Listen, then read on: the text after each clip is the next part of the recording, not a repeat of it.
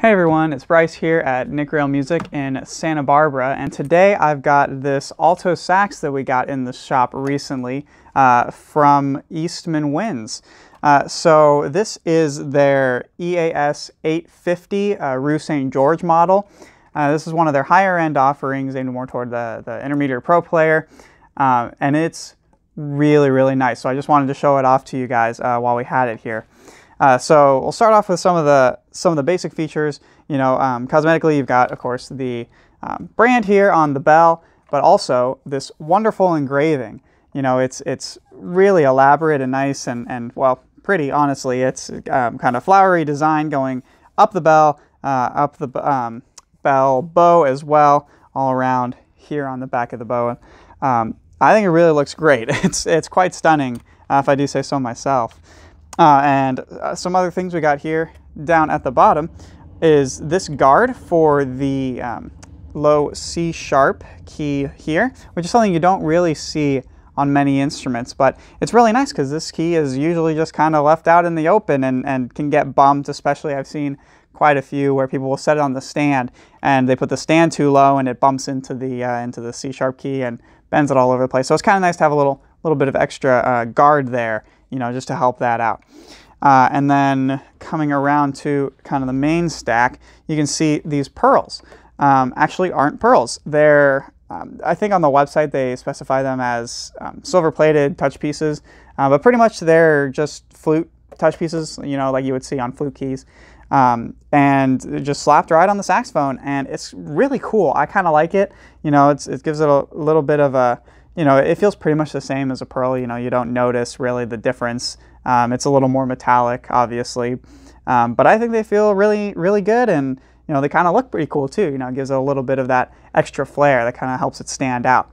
And you can also see on the bottom here some of their different design with the keys. You know, you can see this F sharp and the alternate F sharp.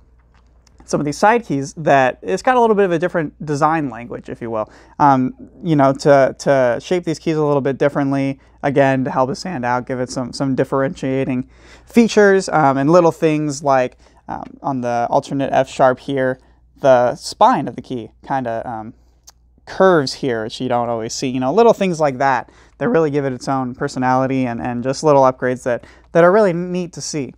And then, of course, on the top sax, same pearls here, and a nice, easy to reach front F key.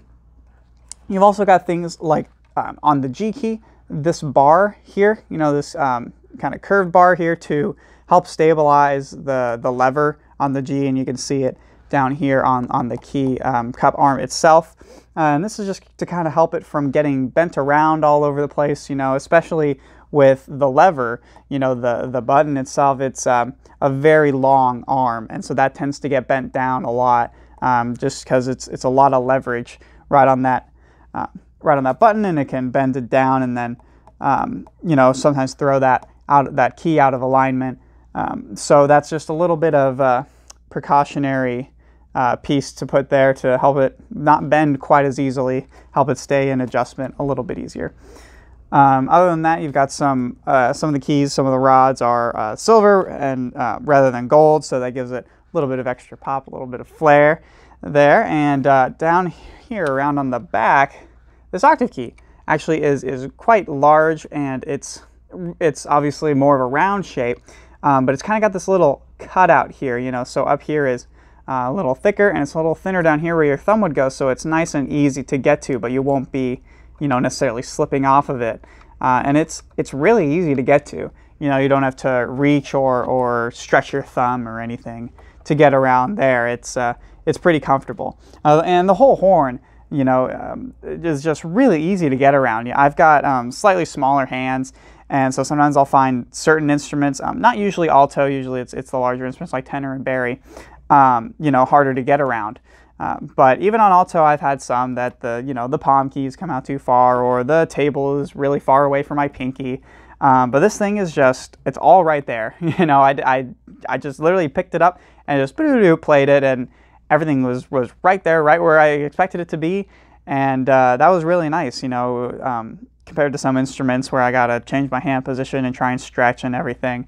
So it's really nice that this thing just has such nice ergonomics that it's able to just be right there where you expect it to be. And another thing about that, about the feel of it, is that it just feels really snappy and responsive. You know, you press the key and it just goes. And of course, part of that is having a good setup, but another part of it, I'm not sure if you can see this, but the feet here for the keys are actually kind of larger rectangles.